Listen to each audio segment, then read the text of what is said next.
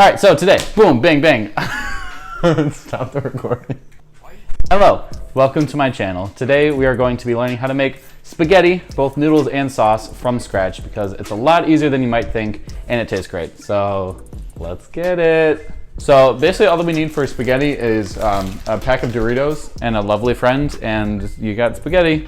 So a pro tip for when you're cutting using a cutting board, they're very slippery on most surfaces and most cutting boards. So what you want to do is you want to take a kitchen towel or a washcloth or whatever you have, and you want to get it a little bit wet.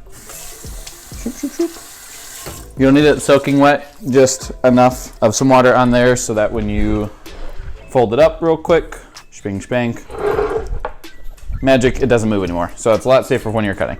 All right, so we're just gonna take one rib of celery, and we're just gonna dice it up like real small.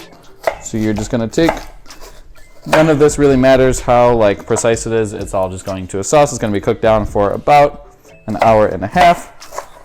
So I just kind of got some, just say of little diced pieces. And I'm lazy, so I got pre-chopped onions, which is definitely something that you should do. If you don't want to spend like 16 hours cooking and you just kind of want to make some good food, totally buy the pre-cut stuff. It's great. It tastes the same and it's just already cut for you. So it's like a win-win. All right, so first up in the actual cooking process, we're gonna add that much oil to a pan and start blasting that thing to get it hot skis. I don't know how to work this stove. All right, so now that our oil is hot, you can tell that it's hot because, well, number one, I've splashed a little bit of water in it and it's spitting at me. But without that, once it behaves like water and it's really glossy, then you know that it's ready to start cooking. So we're gonna add about an onion's worth of chopped onions. That seems fine. Nothing fancy schmancy. Measured out here. And goes our celery, along with a pinch of salt. And we're just gonna cook that down. We want it on like a medium heat because we're trying to soften it, not really brown it right now. So we're just gonna cook that until softened. It's gonna take about 15 minutes.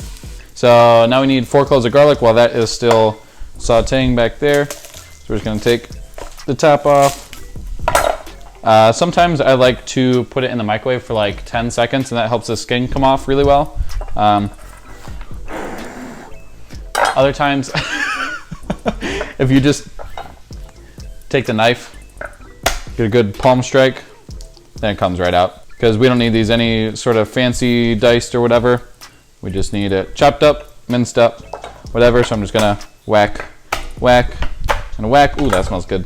Then you're just gonna take it. And I just like to rock back and forth. So I put the tip of the knife down on the cutting board and I hold my hand with my fingers up so I don't slice them off. And I just rock back and forth on it. That's the easiest way to get a really rough chop. It's not going to be anything that you'd present at a Michelin restaurant, but you just choppy, choppy, choppy, choppy, and it gives you some nice little minced garlic. So now that we have started to brown the onions a little bit, things are getting nice and soft. Now is the perfect time to add the garlic so that I can cook the garlic out for just about a minute. So there's our 4 garlic cloves right on in. Just gonna cook that out. So the tomatoes that you're gonna wanna get are these San Marzano peeled tomatoes. They're really super great. Great flavor, great texture. And all we're gonna do with them is we're just gonna old whatever, toss it into a bowl and peel it. Oh, God, I'm not doing well. Crush it, that's the word, with our handsies. Nothing fancy spancy. If you want like a smoother sauce, this is gonna be a little bit chunkier of a sauce, you can put it in the final sauce in like a blender or like an immersion blender if you have one of those, if you're fancy pants. But for our purposes, we're just gonna crush it up with our hands. It's going. This feels so gruesome, but it's totally gonna make for like the perfect texture because you're gonna get some of the chunkies, some of the smoothies, and I mean, there's bonus ASMR. Hang on. Okay, so now we are going to be making a little paste mixture thing that's gonna be like a flavor bomb into our tomato sauce. So we're going to need a teaspoon of all of the above. 1 salt, Make sure you measure that, like 85%. Close enough. Salt. Sugar. Yeah, close enough. And vinegar. And yum yum anchovy paste. You're not gonna taste fish. It's just gonna, oh, I need a toothpick. You're not gonna taste fish. It's just going to be like a big umami bomb thing that's just gonna add like a lot of awesome flavor. It smells gross. Sorry, I probably shouldn't do that while I'm telling you that's really good for your food, but it's great. All right, you're also going to need, I'm gonna do about a half teaspoon of crushed red pepper flakes, because I like my things really spicy, but I don't know. You can adjust that per your wants and needs. And then we're also going to do a tablespoon of tomato paste. Oh yeah, this is sun-dried tomato paste. I don't know, sounded good. So we're gonna use that. And we're just gonna add a little bit of, I got oregano here. You can use whatever, like Italian herb, seasoning, whatever you have. I'm gonna add some fresh basil to it later as well, but this for right now. Wham bam, thank you ma'am. Some basil and oregano. And then just gonna give that a little mixy max. And cool. All right, so here we have our little paste mixture thing. We're just gonna toss into the sauce. And we're just gonna let that cook for like a minute or two. Just kind of cook out those, like the anchovy and tomato paste. And so it gets all deliciousness. And while that's going, I'm gonna grab my crushed San Marzano tomatoes. All right, so be careful not to splash yourself, which I will do a lot of. And goes the tomatoes. And so I'm gonna bring this up to a simmer. Ooh. Yes, we're going to add fresh Parmesan rinds, not the actual Parmesan like block, but like the rinds of it. You can buy it at pretty much almost any store that sells like artisanal cheeses and such. We're gonna put some fresh basil in there, and then that's gonna go for like an hour and a half. All right, so the best place to find some fresh basil is out on the patio. So we're just gonna take a little bit here and just kind of go ronk. Basil. All right, so done. Just kidding. So usually I would add a Parmesan rind here, but we forgot to grab it from the house before we left for the video. So usually insert Parmesan rind here, but we're just gonna toss that basil in there, and we're just gonna turn this down to a simmer and let that go for about an hour and a half, and we're gonna make our pasta now. You're making a pasta with some time in it. Ah.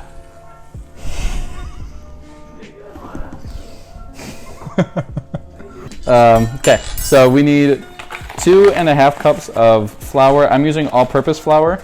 00 flour is also really great. You can use half and half 00 and semolina for like a little bit sturdier of a pasta. Basically, the more 00 you have, the silkier the pasta is. I'm gonna lose track of counting. But all-purpose works great, especially if that's all that you have. 1.5, I think. I don't know. 2 and 2.5-ish.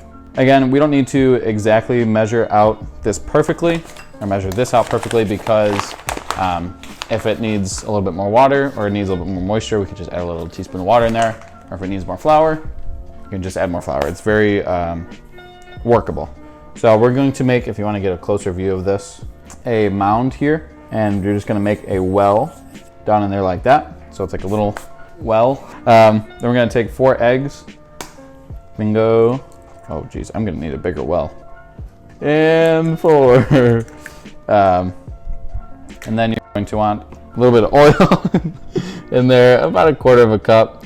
Yeah, it should be good. And some salt.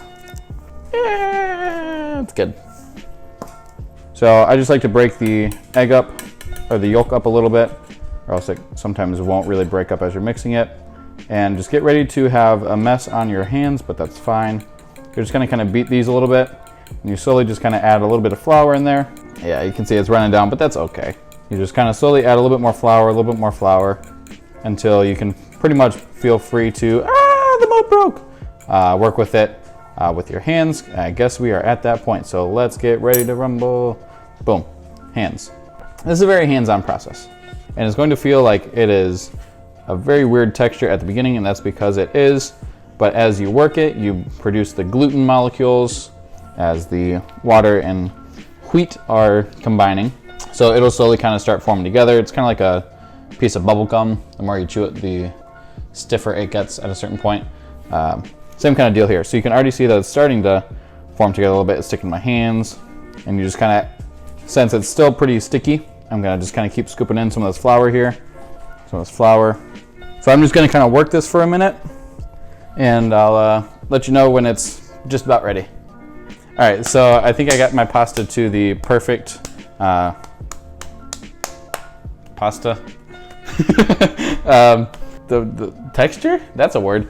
I ended up adding, I think, about a half a tablespoon of water, and that became a little bit too much water. Like, really a drop is all I needed. So I just kind of scooped up a little bit of the extra flour that was around, and as you can see right now, it's not, despite what's on my hands already, it's not sticking to my hands anymore. But if you also look up here close, you can see as I push it down and make dimples and stuff, it bounces back a little bit. That's kind of exactly what you're looking for. So at this point, I'm just gonna wrap it really tightly with some cling film, put it in the fridge, and we're gonna wait about a half an hour for that. Can't forget about the wine, even though I did. I'm just gonna put a third of a cup of wine into there. That's just gonna really deepen the flavor. I'm using Cabernet Sauvignon. Just gonna give it a really deep flavor. You wanna put that in towards the beginning of cooking. I should have put it in before, but I forgot. That way all the alcohol has time to cook off, and it's just great. All right, so now that the pasta has rested for about a half an hour in the fridge, I took it out of the cling film, I rolled it in a little bit more flour so that it doesn't stick to anything or anyone. I got a cutting board. I'm just gonna cut off like a little piece right here, just a little chunk. It'd be way too difficult to try to work with it in a whole batch at once. So I'm just going to kind of make it into like an oblong, like an oval, not an oval, like a oval shape. I don't know. That shape is what I'm gonna kind of make it into. That way when it goes to the roller, it kind of maximizes the space, because if it becomes too wide, like if you put a ball in there, it's gonna cut off too much of the pasta and you're gonna have too much waste. So just make it a little bit longer of a piece like that to work with. Roll out some of the extra flour. Cool. All right, so we got the pasta roller on the widest setting. This is definitely capable of doing with just a rolling pin and a knife to slice the noodles down, but this was, I think, 30 bucks that I got for Christmas from my parents like 4 years ago, and it's amazing. So I'm just gonna start it off. I kind of like to flatten the front a little bit. That makes it just kind of getting into the machine just a little bit easier. And you're gonna see a little bit of cracks happening, but that is a-okay because we're gonna laminate it a bit. Okay, so I'm just gonna kind of fold it like a book, 3 and 3. I guess that's not really a book, like an envelope. That's a better thing. Press it back down again. I'm gonna fold it like a pamphlet. We're just gonna do this a couple times, that way it kind of laminates on itself and gets nice and pamphlet. I'm gonna fold it like that one more time, and I can kind of see some of those cracks are going away. It's becoming a lot smoother. Toss it through again. All right, yeah, so that turned out really well. There's not really any cracks or anything. There's just a crease here. That's just from the fold. So I'm just gonna send it through one more time on this setting. And I like to do about 2 passes per setting. So I'll just go up 1. So I'll go to the number 2 setting for my machine here. And I'll send it through, because you don't want to stress the pasta out, because it will break and it will be very difficult to manage. And at any point in this process, don't be afraid to hit it in the flour again. Just kind of get another little light dusting on it, just to help it not stick to anything. Make sure it's all running through the machine well. I'm gonna hit this one at setting 4. We're just gonna keep on going up and going up until my machine goes up to 9. I'm probably gonna leave it at a 7, that way it still has a little bit of, I guess, girth to it. All right, so I think I'm gonna just leave this at a 6 I ended up with. If you actually go against this softbox real quick, you can see how my fingers are showing through. You see that? So I'm just gonna leave it there, that way we don't get too thin. And then So like I said, you can do this by hand. And if you're to cut noodle by hand, you can just take this the long way, roll it up, fold it up, however you have it. And you can just, and you can obviously vary your size. You can have a thick, more like linguine type, or as thin as your knife will let you. And again, this will just kind of roll out. It takes a little bit more time doing it this way, but I mean, there you have a piece of pasta done by hand. You can roll this out with a rolling pin, but for our purposes, we do have the machine, so I'll show you how to use that as well. Mine, you just kind of hook it back onto here. And I'm actually gonna put this through the linguine setting.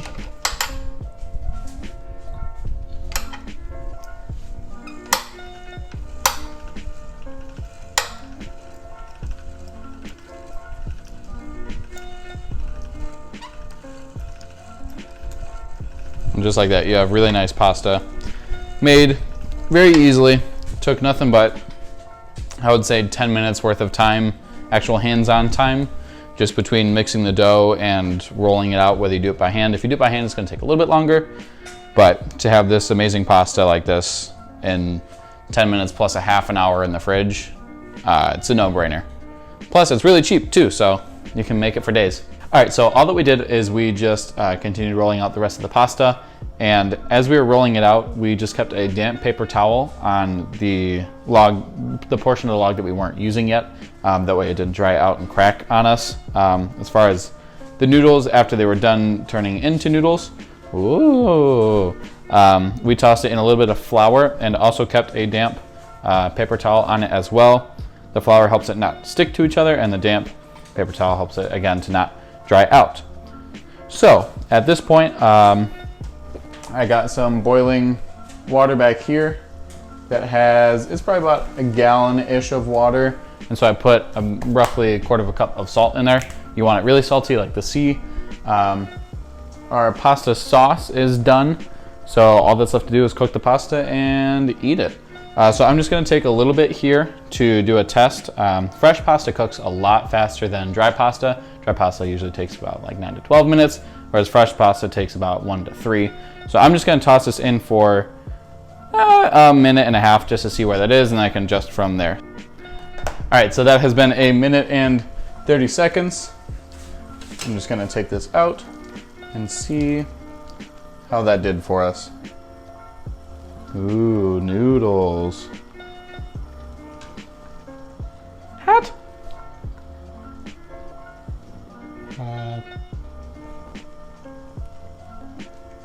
They're a little underdone, so I'm probably gonna go like 215 on them. I'm gonna just do like a nice big handful that's about a portion size, roughly give or take. Now, like if this was a restaurant setting, or if you're trying to do this ahead of time, maybe for tomorrow or event or something like that, what I would recommend is to find out what portion size you wanted. Again, toss it in the flour, and then just make these little nests.